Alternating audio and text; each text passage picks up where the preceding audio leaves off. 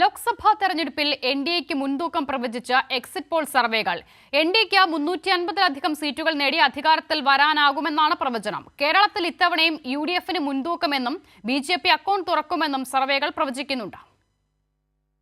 ലോക്സഭാ തെരഞ്ഞെടുപ്പിൽ ബിജെപി മുന്നോട്ട് വെച്ച 400 സീറ്റുകൾ കടക്കില്ലെങ്കിലും എൻഡിഎക്ക് മൂന്നാമതും ഭരണത്തുടർച്ച പ്രവചിക്കുന്നതാണ് എക്സിറ്റ് പോൾ പ്രവചനങ്ങൾ.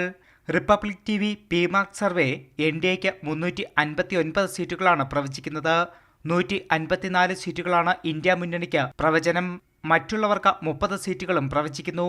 ഇന്ത്യ ന്യൂസ് സർവേ ഫലവും എൻഡിഎക്ക് തന്നെയാണ് വിജയം പ്രവചിക്കുന്നത്. 371 സീറ്റുകളാണ് എൻഡിഎക്ക് സർവേ പ്രവചിക്കുന്നത്. ഇന്ത്യ സഖ്യത്തിന് 125 സീറ്റുകൾ മാത്രമാണ് പ്രവചനം. എൻഡിഎ 353 മുതൽ 368 സീറ്റ് വരെ നേടുമെന്നാണ് റിപ്പബ്ലിക് മെട്രിക്സ് എക്സിറ്റ് പോൾ പ്രവചിക്കുന്നത്. ഇന്ത്യ സഖ്യം 118 സീറ്റ് മുതൽ 133 സീറ്റ് വരെയും മറ്റുള്ളവർ 43 മുതൽ 48 വരെ സീറ്റുകൾ നേടുമെന്നും റിപ്പബ്ലിക് മെട്രിക്സ് സർവേ പ്രവചിക്കുന്നു.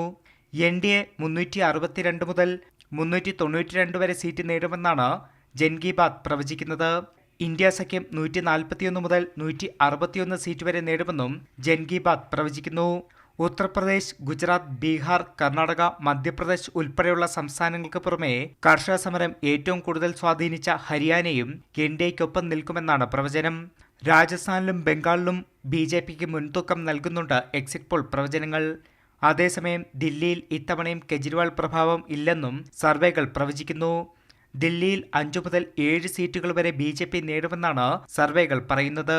കേരളത്തിൽ ഇത്തവണ യുഡിഎഫിന് മുൻതൂക്കം നൽകുന്നുണ്ട് സർവേകൾ. അതോടൊപ്പം കേരളത്തിൽ ഇത്തവണ ബിജെപി അക്കൗണ്ട് തുറക്കുമെന്നാണ് പ്രവചനം. അതേസമയം എക്സിറ്റ് പോളുകളുടെ വിശ്വാസ്യതയും ചോദ്യം ചെയ്യപ്പെടുന്നുണ്ട്. 2004-ലും ബിജെപി അധികാരത്തിൽ വരുമെന്നുള്ള എക്സിറ്റ് പോൾ പ്രവചനങ്ങൾക്ക് വിപരീതമായിരുന്നു തെരഞ്ഞെടുപ്പ് ഫലം. കൈരളി ന്യൂസ്, ദില്ലി.